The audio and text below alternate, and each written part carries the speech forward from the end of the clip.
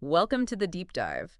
So, you've sent us some really interesting material about, well, tackling the chaos at home, right? The clutter, the upkeep. Right. That ongoing battle. Exactly. And our mission today is pretty clear. Dig into these sources, pull out the key strategies, the main ideas, basically help everyone listening get a better handle on their living space without feeling totally swamped. And it's good material because it seems to cover a lot of ground. Yeah. Different people, different situations. Right. Singles, people with kids, students in shared places, folks dealing with limitations, all kinds of living arrangements. It's not a one-size-fits-all approach, which is refreshing. Well, and what struck me right off the bat is how it validates things. It just says, look, everyone deserves a home that feels comfortable, that works for them. And that it's achievable. It's not some magic trick. No, it's presented as a skill, something you build up with, effort and practice. It takes time. It won't happen overnight. That feels important to state up front. Absolutely. And let's just face it, the source acknowledges this too. Cleaning, tidying. It kind of sucks sometimes. It's not usually fun. Definitely not top of the fun things to do list for most people. But the angle here is interesting. It argues that keeping a decent home doesn't mean you have to give up all your free time. You can actually weave it in small bits. Like alongside things you actually enjoy doing. Sort of, yeah. Little increments. Which connects to this idea of hope, doesn't it? It does. The source is pretty firm on this. No one is like a lost cause. You can always make things better Yeah. if you put in the work. It's not about achieving perfection either, is it? That seems key. Not at all. Just improvement, action. And the promise, I guess, is that a home that's less stressful, that's presentable, it might only take a few minutes each day. Imagine that feeling, having people drop by without that sheer panic. Reclaiming that space and maybe some peace of mind too. Yeah. So what part of that initial framing really jumped out at you? For me, it was definitely that recognition of different living situations. So many older guides just assume this, like, very specific family setup. The nuclear family default. Exactly. And this source just says, nope, life's more varied now. Which kind of leads into why those older systems maybe don't work so well anymore. Ah, right. The source gets into that, suggesting pretty persuasively, I thought, that maybe a whole generation grew up without really learning some basic domestic skills. Because family life changed. Less time for that direct teaching. Could be. Different dynamics, maybe knowledge wasn't passed down the same way. Think about it. If both parents are working full-time, juggling everything. The model of one parent having more dedicated home time just isn't the reality for many, so those skills weren't explicitly taught, maybe. Perhaps. And the source makes a really strong point that these skills aren't gendered. They're for everyone. It tackles that women's work idea head on. Calls it out as, well, inaccurate. Basically argues that basing chores on old gender roles just doesn't make sense anymore. It's more about conditioning, isn't it? What we're raised to see as our job. Uh-huh. It suggests women are often conditioned to see a mess and feel responsible, prompting them to act. Men, maybe through different conditioning, might see the same mess, but not feel that same internal push. And media doesn't always help, does it? Sometimes reinforcing those stereotypes. Right, the whole clueless dad trope. Yeah. It subtly suggests it's okay, even expected, for some people not to pull their weight at home. And devaluing the work itself, the source points out, has broader consequences for how we see that labor, paid or unpaid. Okay, so if the old ways didn't quite work and gender roles are out, what practical stuff does the source offer instead? Well, a big one seems to be this 2010s technique. Heard of it? I think so. Is that the work break cycle? Exactly. 20 minutes of focused cleaning or tidying, then, and this is crucial, a mandatory 10-minute break. Like, you have to take the break. Okay, I get the psychology there. It stops it feeling like this endless, awful task. You know there's an end point coming soon. Prevents the burnout from those marathon cleaning sessions we sometimes force ourselves into. It gives you control. Almost like that Pomodoro technique for work, right? Focus, then break. Makes sense. And is it always 2010? No, that's the beauty of it. It's flexible. If 20 feels too long or too short, change it. Maybe 45 work, 15 break.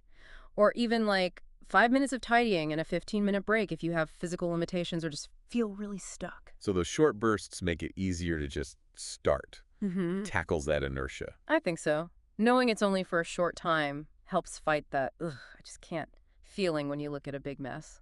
Interesting. What else? Does it talk about mindset? Oh, definitely. It really digs into the perfectionist mindset, how wanting everything to be perfect right now can actually stop you from doing anything at all. Because it feels impossible. So why bother starting? Pretty much, you get discouraged before you even begin. The source really pushes back on that. So what's the alternative? Just do something small. Exactly. Progress is incremental.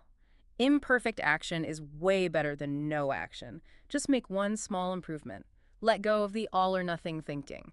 If something isn't actively making your life better, maybe it doesn't need to be there. Okay, that's a powerful reframing. So beyond the 2010 timer, what other habits does it suggest for keeping things generally tidier? There are a few really simple ones that sound quite effective. First up, make the bed. Every day. Seems small, but I can see how that instantly makes a room feel more orderly, sets a tone, Right. Then there's the 1 minute rule. which is, If putting something away takes less than a minute, just do it. Immediately. Don't let those little things pile up. Reduces that background mental clutter, too. the tiny tasks that become big tasks later. Okay, what else? There's a concept called unfucking tomorrow morning, tonight. Hmm. Bit blunt, but catchy. Okay, so prepping the night before. Basically. Laying out clothes, packing lunch, prepping the coffee maker, just smoothing out the morning rush. Makes sense. Less chaos to start the day. Also, dealing with trash immediately. Putting it in the bin. Seems obvious, but stray wrappers and junk mail really add to visual noise. True. And dishes, always a big one. Daily. The source stresses doing dishes every day. Letting them pile up just makes a small job feel monumental and kind of gross. Okay, daily dishes. Got it. Anything else habit-wise? Yes, for laundry and dishes, it emphasizes a 3-step rule. Wash, dry, and the critical bit, put away. So not just clean and sitting in the basket or on the rack. Exactly. The cycle isn't done until it's back where it belongs. Otherwise, it's just clean clutter. That's a good point. It also mentioned pictures. It did. Taking before, during, and after photos. Apparently, our brains don't always register slow progress, so seeing the visual proof can be really motivating. Okay, I like that. Provides actual evidence of change. Now, what about the sheer amount of stuff people have? Big topic in the source material. It frames a major cause of mess as simply having more stuff than storage. And the solution isn't just buying more storage bins. Nope. The better solution, it argues, is usually having less stuff in the first place. Decluttering. Which is hard. Does it offer tips on how to decide what goes? It does. It suggests asking some key questions. Do I need this? Do I actually love it? Is it useful? Does looking at it stress me out? Do I feel guilty about it? Maybe because it was expensive or a gift. Ooh, the gift guilt. That's a tough one. Right. But the source has a nice take. The value was in the giving and receiving.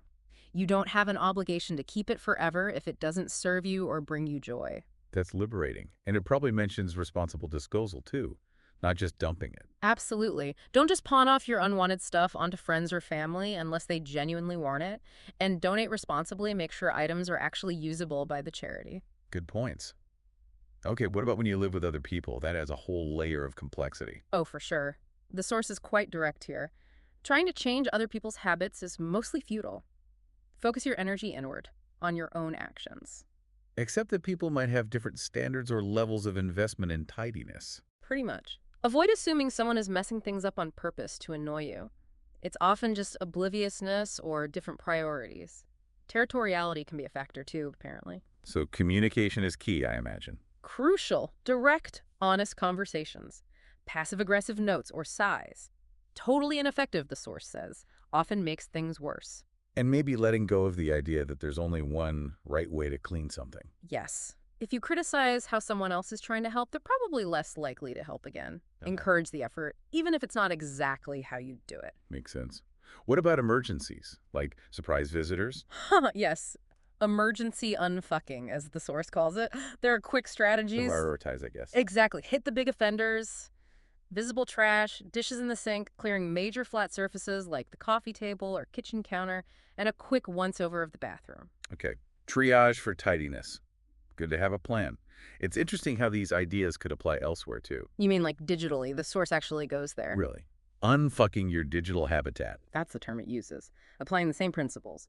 Short bursts, breaks, daily prevention for email, messy desktops, disorganized folders, even social media feeds, and your smartphone. Wow, okay. That's a whole other area. But the same logic applies.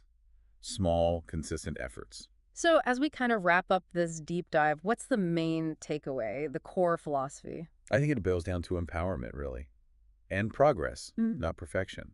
The idea that no situation is truly hopeless if you're willing to put in some effort, find the motivation. Just doing something, anything, overcoming that inertia. Right, that's the first, often hardest step. The goal isn't some impossible, pristine show home. It's a space you feel comfortable and, reasonably proud of without burning yourself out.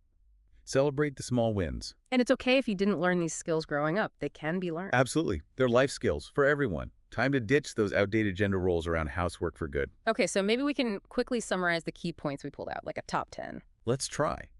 So, 1.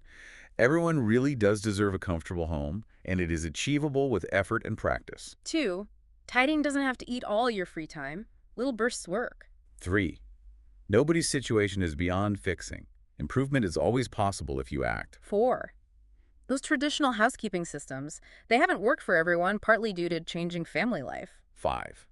These are skills for everyone. Forget the old gender stereotypes about who does the cleaning. 6, the 20-10s method, 20 minutes on, 10 minutes off, is a great tool to avoid overwhelm. Remember that break. 7. Imperfect action beats perfect inaction every single time. Just start somewhere. 8, simple daily habits making the bed, the 1-minute rule. Dishes make a huge difference over time. Remember, wash, dry, put away. 9. Often the real problem is too much stuff, not too little storage.